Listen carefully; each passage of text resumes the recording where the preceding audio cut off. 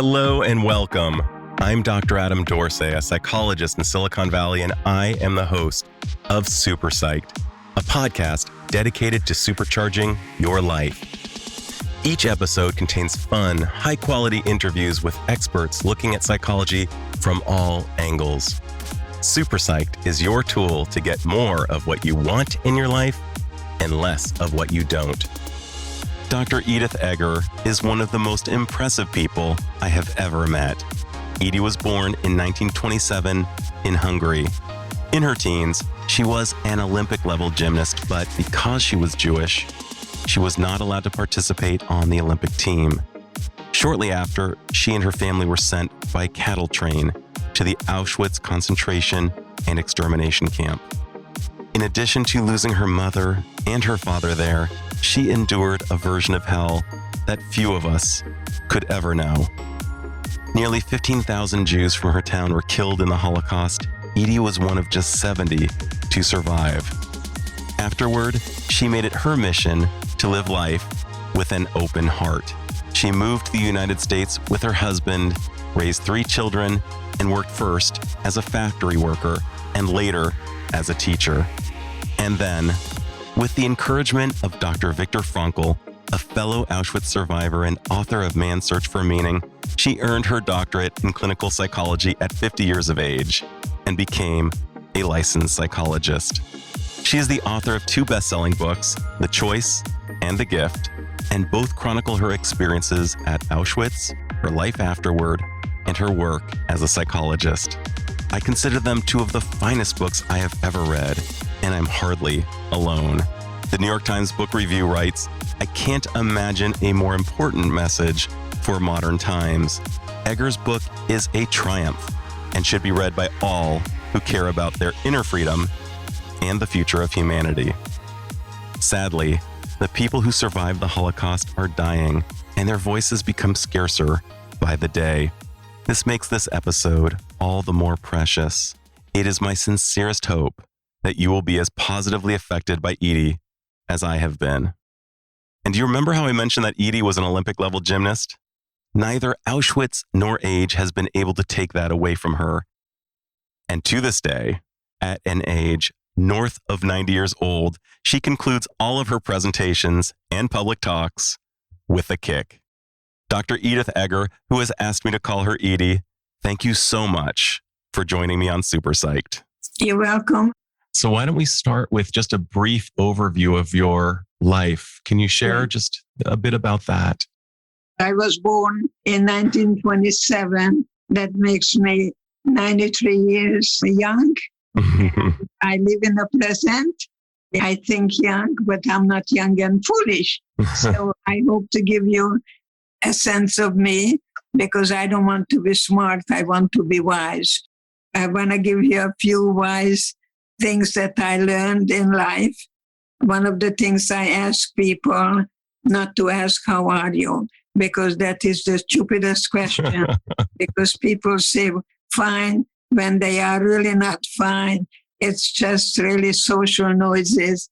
So don't ask me, how are you? And don't tell me, why don't you? That's what mothers do, ask questions and give advice. But I want to tell you that what I say is what I lived. That's a beautiful distinction. And I tell you what I lived, and I met precious Philip, who told me that the survivors who are famous are all men, and they need a female voice. And that's how I decided to write. And it's really Philip who pushed me to sit down and have a female voice of Viktor Frankl. But I'm not Viktor Frankl because he was in his 30s in Auschwitz and I was a 16-year-old in love. So it became in a different time in our lives.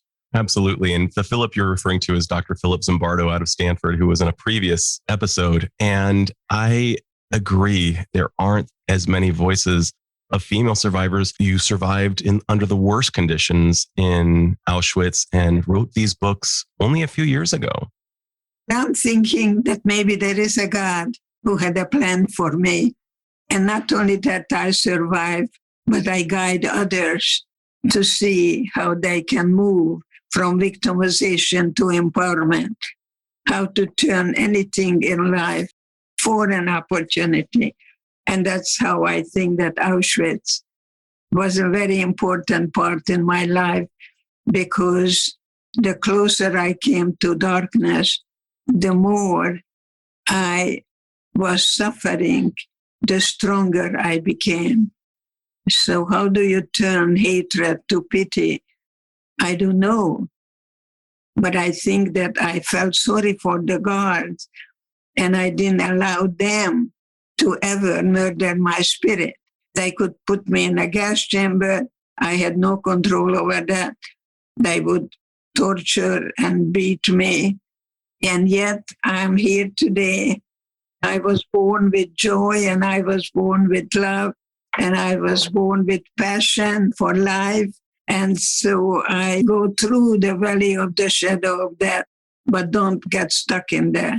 If I would be living with hatred today, I would still be a prisoner. So I want to give myself a gift. Forgiveness is not about me forgiving you. I don't have any godly power. Forgiveness is a gift I give to me. The concentration camp is in your mind. Yeah. See, nothing really is more important to look at is your philosophy on life. Are you believe in the idea that everything is happening for your greater good, and there is a gift in everything? I think so, because I wouldn't be such a compassionate listener as I am now. Auschwitz has taught me that we had each other, and we had to move beyond the me, because we had to form a family of inmates. If you were just for the me, you didn't make it. So I think it's very important for us to really pick up our self-dialogue in the morning, that in the evening we're satisfied, because life is just one day. The morning sunshine doesn't come back. And that's why every moment is precious. I live in the present. I can only touch you now. And I really feel that from you, Edie. And you mentioned that there were 15,000 people in your village and only 70 survived, among whom 2 were you and your sister, Magda.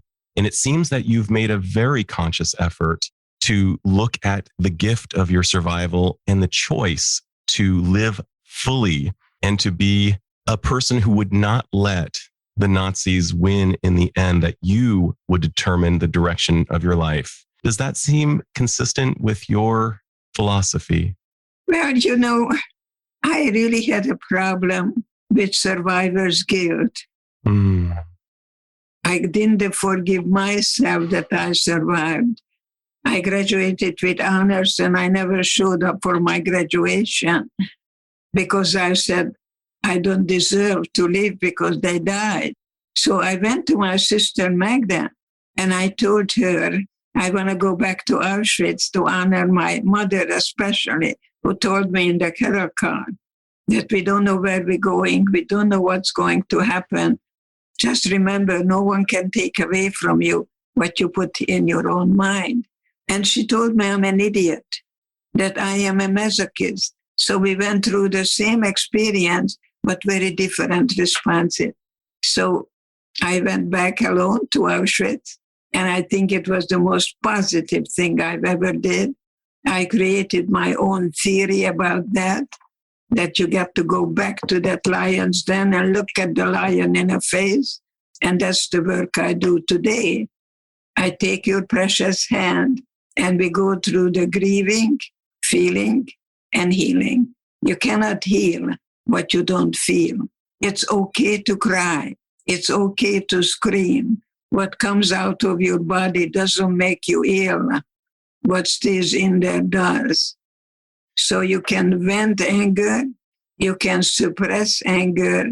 I like to teach you how to dissolve the anger. I think that's brilliant. You cannot heal what you cannot feel. And I also have heard you describe your style of therapy as being choice therapy, and that what you're trying to help people do is get in touch with their feelings and make choices. Yes, because you see, if I am angry at you, you don't suffer. I do. Just remember that. When you say to someone, you make me angry, you don't have that power unless I love you and say, okay, kick me. No, I say, find the Hitler in you, find the love in you, find the Mother Teresa in you. We have a whole family inside us. And find that little boy who's probably crying now. And you go and pick him up and tell him, Brilliant. You can count on me. I'm going to be with you. So I think it's very good for you to be a good parent to you, because self-love is self-care. It's not narcissistic. I love that idea of parenting ourselves.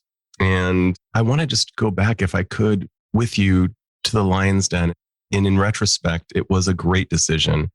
It sounds like for you to re-experience from a different vantage point Auschwitz as a free adult. Can you describe a little bit more of what that was like? As I told you, I had problems with anger. I was able to go through the rage. You see, it's not good to cover garlic with chocolate. There is no forgiveness without rage. You got to go through the valley of the shadow of death. But don't camp there. Don't set up household there. You go through it. So I don't live in Auschwitz, but I never forget it. Part of me was left in Auschwitz, not the better part.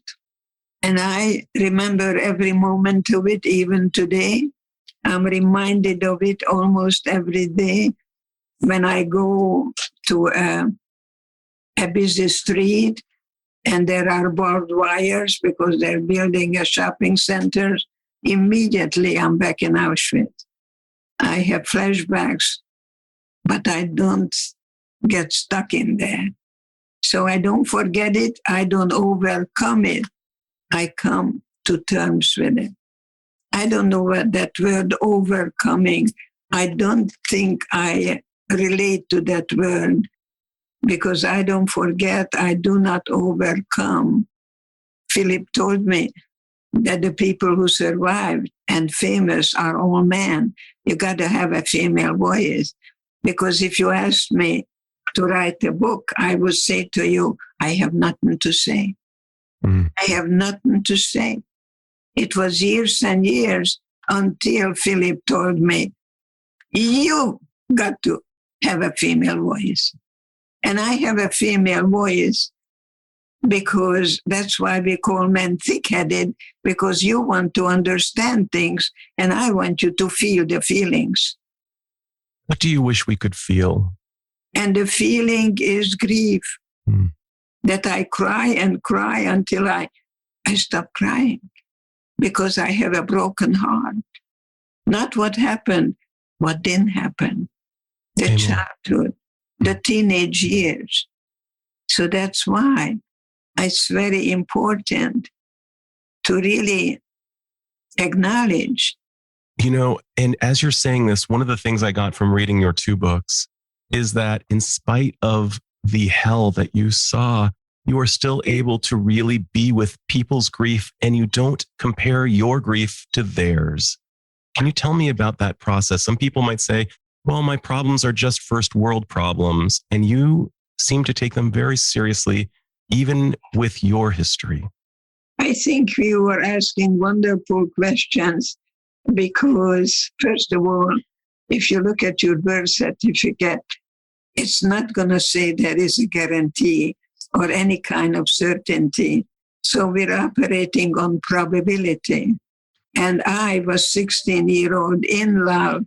And my boyfriend told me I have beautiful eyes and I have beautiful hands. And that's all I wanted to know. I would go to everyone, tell me about my eyes, tell me about my hands. Because if I survive today, then tomorrow I'll be free. Tomorrow becomes so important. even though I'm told that I'm never going to get out of here alive. But when a woman comes to me and tells me, I was touched inappropriately, okay, but I don't know how to tell you, Edie, because you were in Auschwitz. And my answer is, you were more in prison than I was because I knew the enemy. Don't compare who suffered more, no. But I know that I discovered that voice, that I can use this experience to turn hatred into pity. So if I would have died, you would have probably found me praying for the guards. I never told that to anyone because I was afraid that they're going to think of me as a traitor because we were supposed to hate and hate. And I look at them in that uniform and wondering how you could be so brainwashed that you're wearing this uniform here and putting children in the oven without gassing them. I kept looking at them as the prisoners, not me. When somebody cuts somebody off in traffic, we hate them. And you're talking about putting children into an oven, and you were able to turn hate into pity.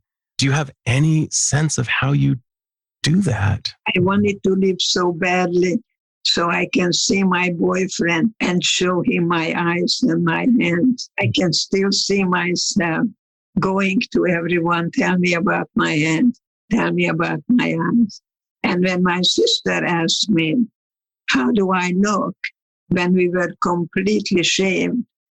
I had a choice, as you have a choice now, whether you pay attention what you lost or what is still with you. And I remember telling Magda, you have beautiful eyes, and I didn't see it when you had your hair all over the place. That just blows my mind. I love that so much. Isn't it? Mine too. How could I even think about telling Magda that she's naked and no hair, and I'm telling her that she still has beautiful eyes, that I point out the truth. I didn't lie to her, but I concentrated on the do's and the yeses rather than the no's and the don'ts. So if you want to be a good survivor, you want to be for something. You want to be for love and for cooperation, not competition, not domination. The way you think is what you create. And somehow you had that ability and insight at such a young, precocious age. And I find myself wondering, how can the listener begin to engage in that process more fully that you're describing?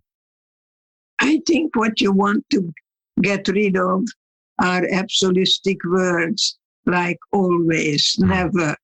I always do that. I'm never going to find a good man. And I tell that woman, you're right. If you say you're never going to find a good man, then sure enough, what you think you create. So why don't you write down what you want from a man and a soulmate, and you become that person? The likelihood of you to invite someone who is something that you practice increases. Because if you go to a party and there was one person there who's going to say yes, but you're going to find each other.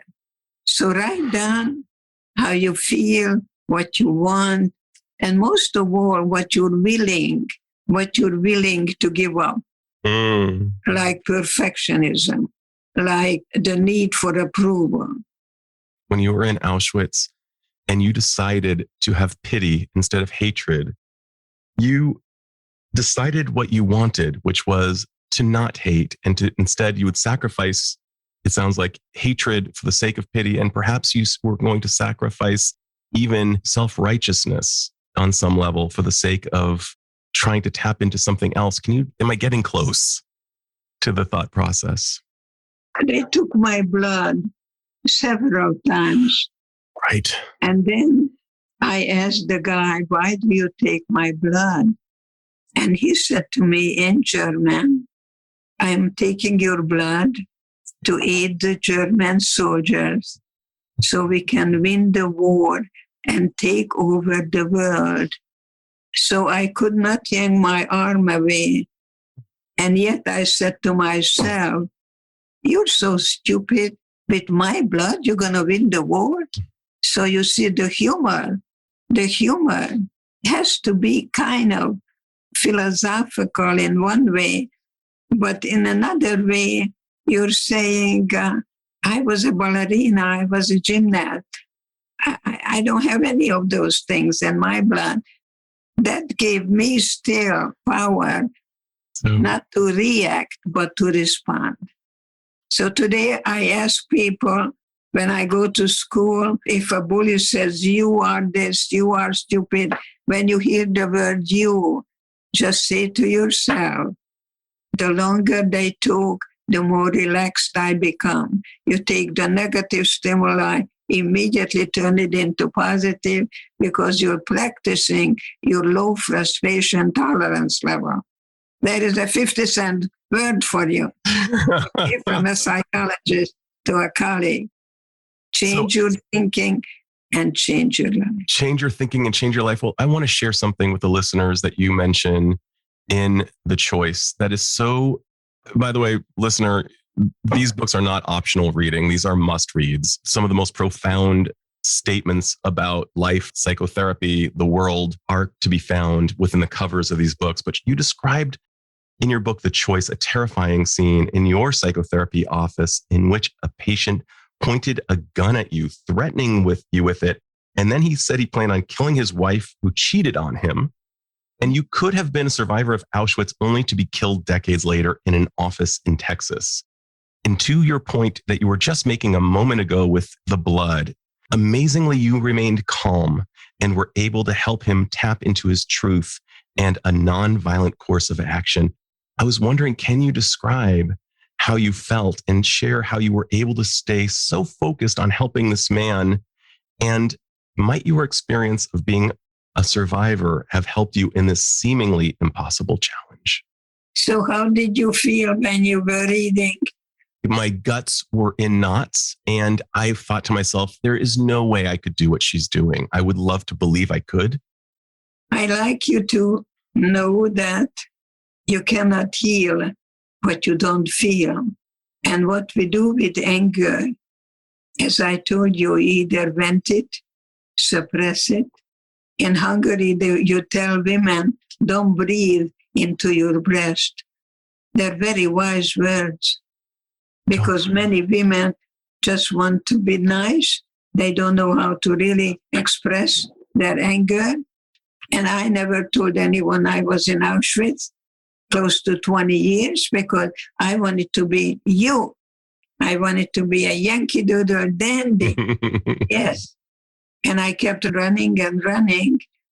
And then I realized that I have a 16-year-old inside me. And thank God for Viktor Frankl's Man's Search for Meaning, because when I picked up that book, for every page I wanted to write 10 more pages. He gave me the verbal capacity. It really takes permission that you give to yours to grieve, to feel, to heal. You can't heal what you don't feel. So don't medicate, grieve. And I think that's very wise. And what I love about what you're saying is that you are profoundly attuned to your body and your heart and your mind. And I love the way you describe parenting yourself, because I think that with the man with the gun, in that moment, you were parenting yourself and you were extending your ability to parent to him rather than fighting or fleeing. You stayed in a parental role and you helped him get in touch with the implications of his decision to kill his wife. And he ultimately came to the recognition that was not a good idea. I never ask people, how can I help you? I'm not Humpty Dumpty. I'm not going to put you back together, but I do ask, how can I be useful to you? Because I'm doing it not for you or to you, but with you. It's your life. That you big girl now or a boy, and you take freedom with responsibility. When I ask a teenager and I tell them, how they could really structure their time in life, and they say, yeah, good idea, I'm going to do it. So I call them gonna people because they're always gonna, but they procrastinate and they don't do it. So then I look at my watch, when Friday by 5:00, you're going to promise yourself no more procrastination. But if you're a perfectionist, you're going to procrastinate. So you got to give up your perfectionism and accept yourself as being human. And that means you're fallible. That means you make mistakes, that you forgive yourself and get rid of guilt by telling yourself, if I knew then, I could have done things differently. Of course I can. Monday morning quarterback. So you got to be kind to yourself. So forgiveness is not me forgiving you for what you did to me. I forgive myself for putting judgment on you. I love that. And I'm going to pivot just a little bit because I need to share something with you and ask you your take on it. I'm terrified as the survivor population ages and is dying out. And there are such few people left to tell the stories, and the awareness of Auschwitz is dissipating. So many people don't even know where Auschwitz is, let alone what the Holocaust was. What do we lose when people are not aware of the Holocaust in Auschwitz? Unfortunately, we have genocide as we speak, but never in a history of mankind such a scientific and systematic annihilation of people existed. So it's not comparable when 15 highly educated people celebrating in the evening that now they can put 30,000 Jews in the oven in one day. It's called the final solution of Eichmann, and I am part of that final solution. So it's not comparable, but suffering is part of life. And the more I suffer, the stronger I become.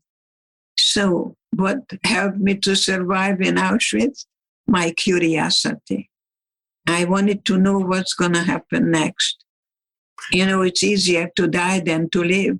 And today I beg parents, don't spoil your children, because they were the first one to die. They gave up. So if you're depending on somebody to make you happy, you're never going to be happy. You got to take life into your hand.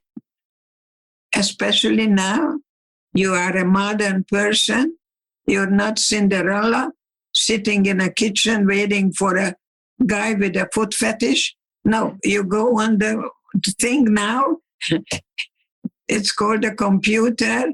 And I like people, I put it on my board here, to be assertive, not non-assertive or aggressive. Just say, I like to get to know you. And you may tell me, I really don't want to get to know you. So what happened? I wanted something, I didn't get it. But I was not rejected, because nobody can reject me but me. So get rid of that word. Rejection is an English word to express a feeling when you don't get what you want. Give up the drama. You don't have power over me unless I give it to you. So you can call me the stupidest Hungarian whore, and I would say, thank you for your opinion.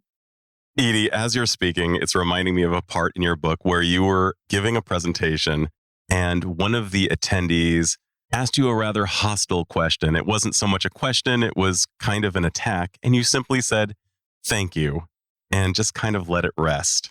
The most obnoxious person is your best teacher. The most obnoxious person is your best teacher?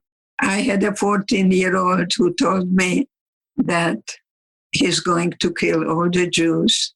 He was part of David Koresh in Texas. And he studied with the Jewish people, and then he went on to others who were not white.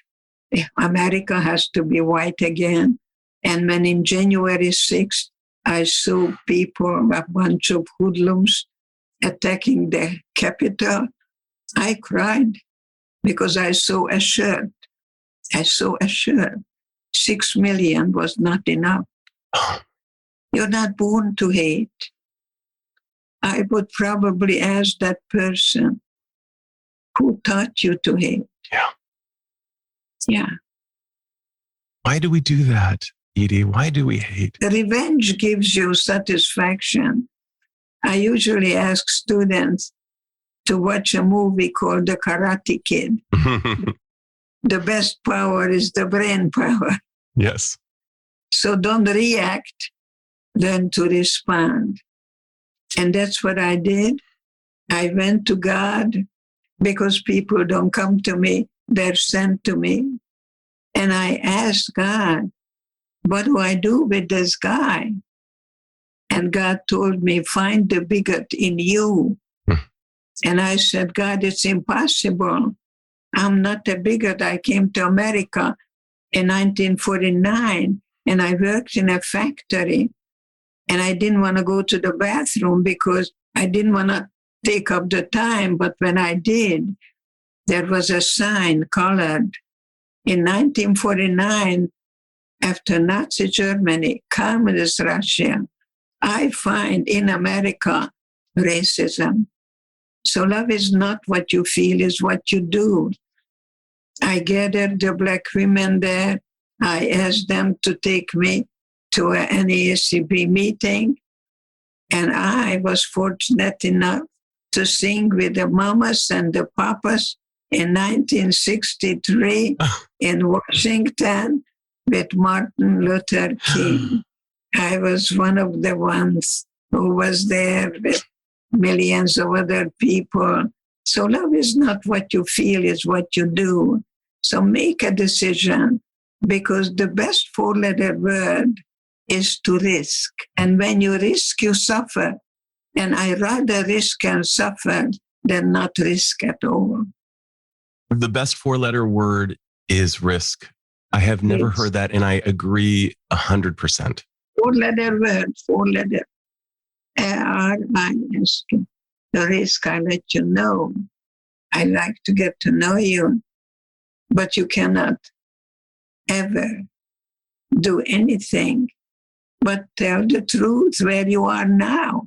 But that doesn't mean that there is something wrong with me. That's why risk. And if someone doesn't want you, then you have another four-letter word. Next. My daughter tells me, Edieism, are you revolving or are you evolving? So that's why I wear the butterfly, because I like the idea of going through the ages and stages, but then you have to shed the chrysalis so you can fly freely like a butterfly. I'm full of butterflies. I'm full of butterflies in my home. So this is one of your symbols. This is one of your...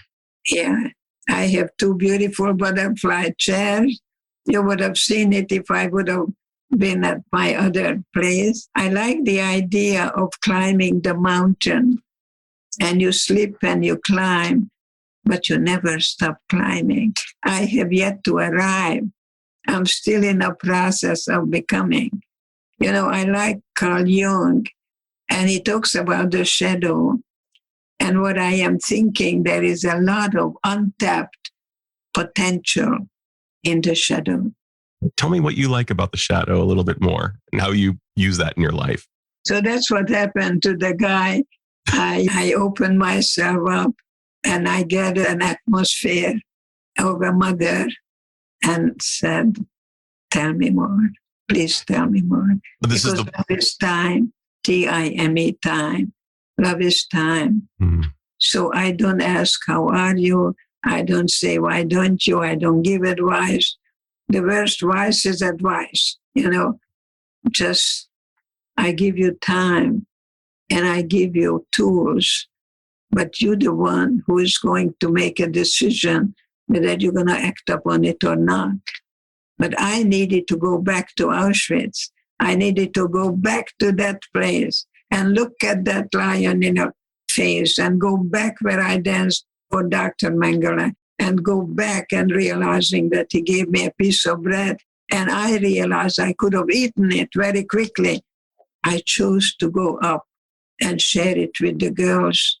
And when I was in a death march, going from Mauthausen, Austria, to Gunskirchen, is called the death march. If you stopped, you were shot right away. And I began to slow down. And the girls that I shared the bread with, they came and they carried me so I wouldn't die. Isn't that amazing? That the worst brings out the best in us. It's incredible. We can be a Schindler or a Hitler. Just for you didn't make it. You didn't make it. Yes, so I think all we have is each other now, and all we had was each other then, and we are very separated now, and we want to get rid of the us and them mentality because we are all human beings, and hopefully that I too, just like Martin Luther King, believe that we shall overcome and that we can unite and get rid of the us and them mentality so we can finally survive. So I am happy when I go to Hungary and they call me the ambassador for peace and goodwill, and I love to be an ambassador. When my second child was born, my husband was in love with Audrey Hepburn. Her name is Audrey, and Audrey Hepburn became the ambassador for peace. We have a dialogue here. You and I have a dialogue. We don't have to agree. I have my truth and you have your truth. I'm not coming with an agenda. But people ask me now, how do you want to be remembered? Because it is the evening part of my life. I like to look at life as one day. And I want to be remembered that I show up for you. I show up for everyone. And I like to also show up for people who could let go of holding on, to be against and embrace each other and empower each other without differences. Martin Buber was a wonderful person. I love Martin Buber. Me too. Yeah, Martin Buber was about to give a lecture, and a young man came and wanted to know whether he could have a few minutes with him. And he said to the young man, "Can't you see I'm busy? I'm selling my book right now," and brushed him aside. And the young man went home, took out a revolver, and took his life. And when Martin Buber found out, it took him a long time until he came out with the I and thou philosophy. He had tremendous skill that he could have saved a life. So what I know about Martin Buber, because I studied him very much, that he is walking with a friend and somebody passes by and the friend asks Buber, "Do you know that person?" And he said, "Not enough to share silence with him." I love that. If you're married, you don't have to go through the social noises. How are you? How was your day? What do you want for dinner? No. Geez, good to see you. I missed you. You make a sentence. No question. People only lie if you ask questions. How's that? I love it. And I want to close with this question, because it was one of the most profound things that you wrote from my vantage point. You simply said, Time doesn't heal. It's what you do with the time. Yes, it's what you do with the time. Because people say time heals. I don't think so. It's what you do with the time. Yeah, time doesn't heal. It's what you choose to do with that. I am not done yet. I have yet to arrive. Every moment is precious. I don't take anything for granted. If you take me to a restaurant, I don't leave anything on my plate. I eat up your food, or I take home, which I did last night. I had also buco. That was wonderful. But I do have another patient. I understand. 3 minutes. So I'm going to say thank you. And we'll both have one thing in common. We love Phil Zimbardo. I love Phil Zimbardo. Yeah. And I want you to give him a big hug from me. And he's a foodie. So bring him some good food. I think that sounds great. And I hope to bring you a hug in person one day, Edie. I love you. I love you so much. This is Dr. Adam Dorsey thanking you for listening to Super Psyched. If you know anyone who might like it or who might benefit from listening, share it. And if you like the episode, please hit subscribe.